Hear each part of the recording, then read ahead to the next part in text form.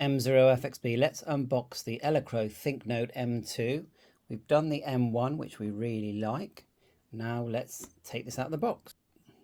Comes in this nice covering and clear case with instruction manual. Just pop that open. We've downloaded the Meshtastic app in the background, but this does come preloaded. There's your USB cable, short instruction manual just here, like so.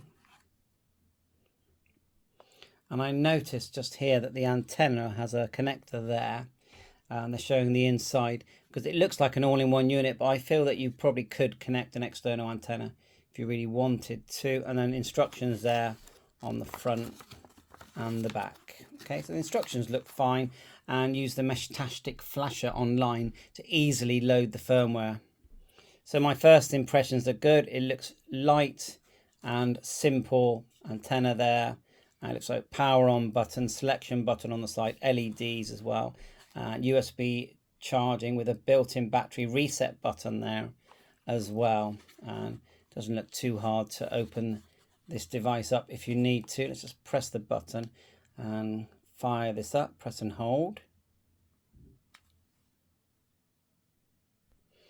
And with all these devices, you do need to pair it to your app.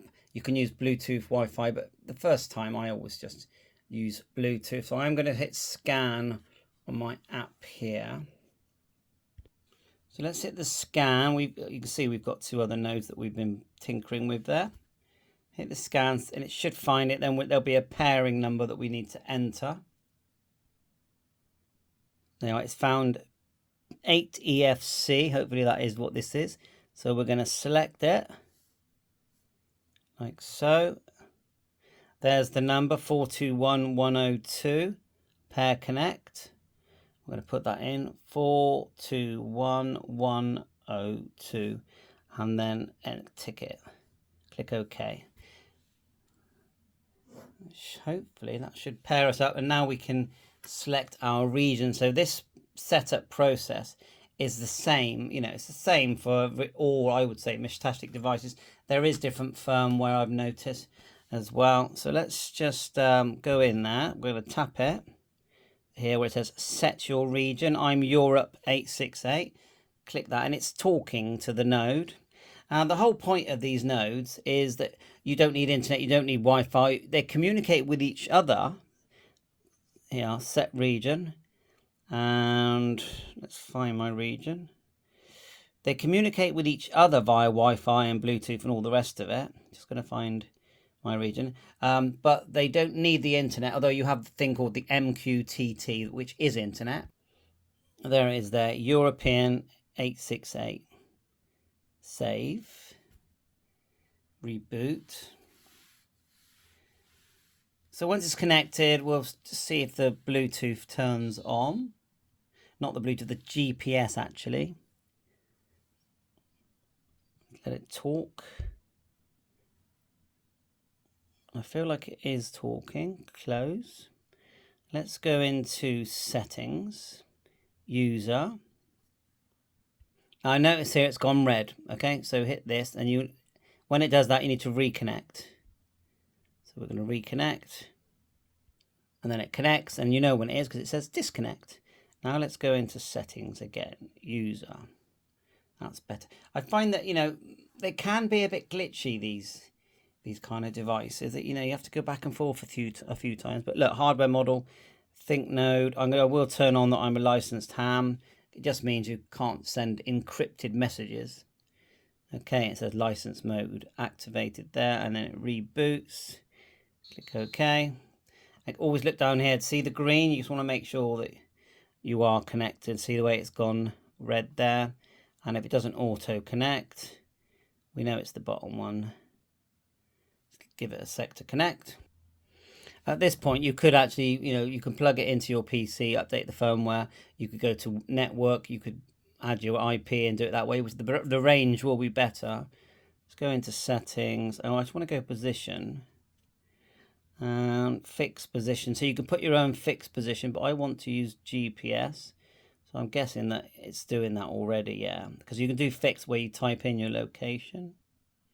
let's do these bottom tabs here. That's the channel, so we go high.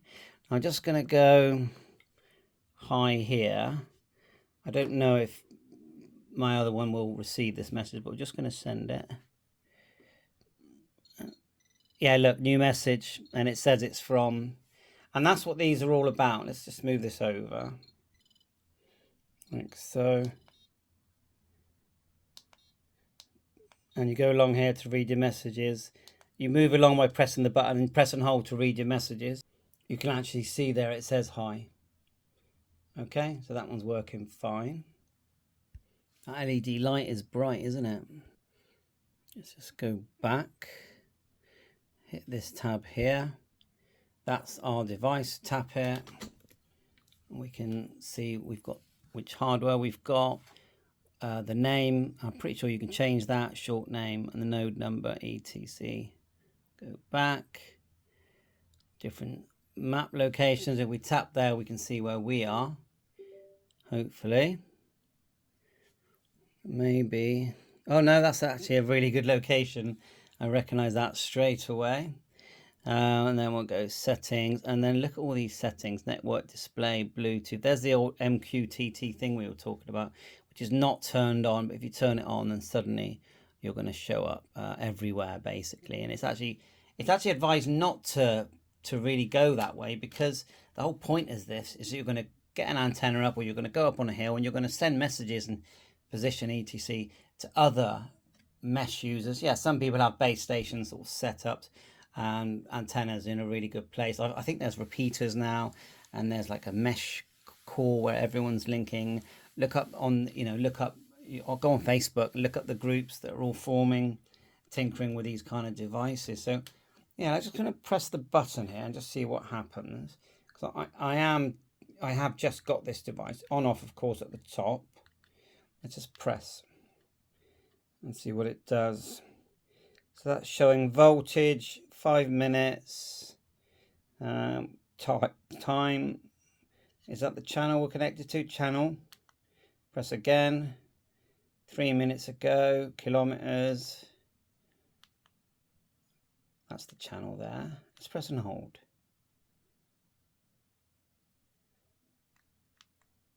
We did get something there, didn't we? So it's very, I would say it's very basic and completely reliant on the app. But it's a pocket mesh node. Wonder how hard it is to actually open this thing up. Yeah, it doesn't look that hard. I think there's 4 screws that I'm seeing to open this up. It's 5 volt, 1 amp to charge it. So download, and then I'll make a separate video doing the firmware, which is literally plug it into your computer. It detects it. I'll attach it to this video. It detects it and then updates the firmware. Thanks for watching so far. And which one do I prefer? I will say that I did prefer the M1 in the end, because you get to go in and search through all these different parameters here and go along, and you press and hold to select things. The interaction for me was more interesting. You got the brightness thing there. The antenna does unscrew, so it's easy to fit an external antenna. So yeah, over to the firmware video. If it's not at the end of this one, it'll be in the description.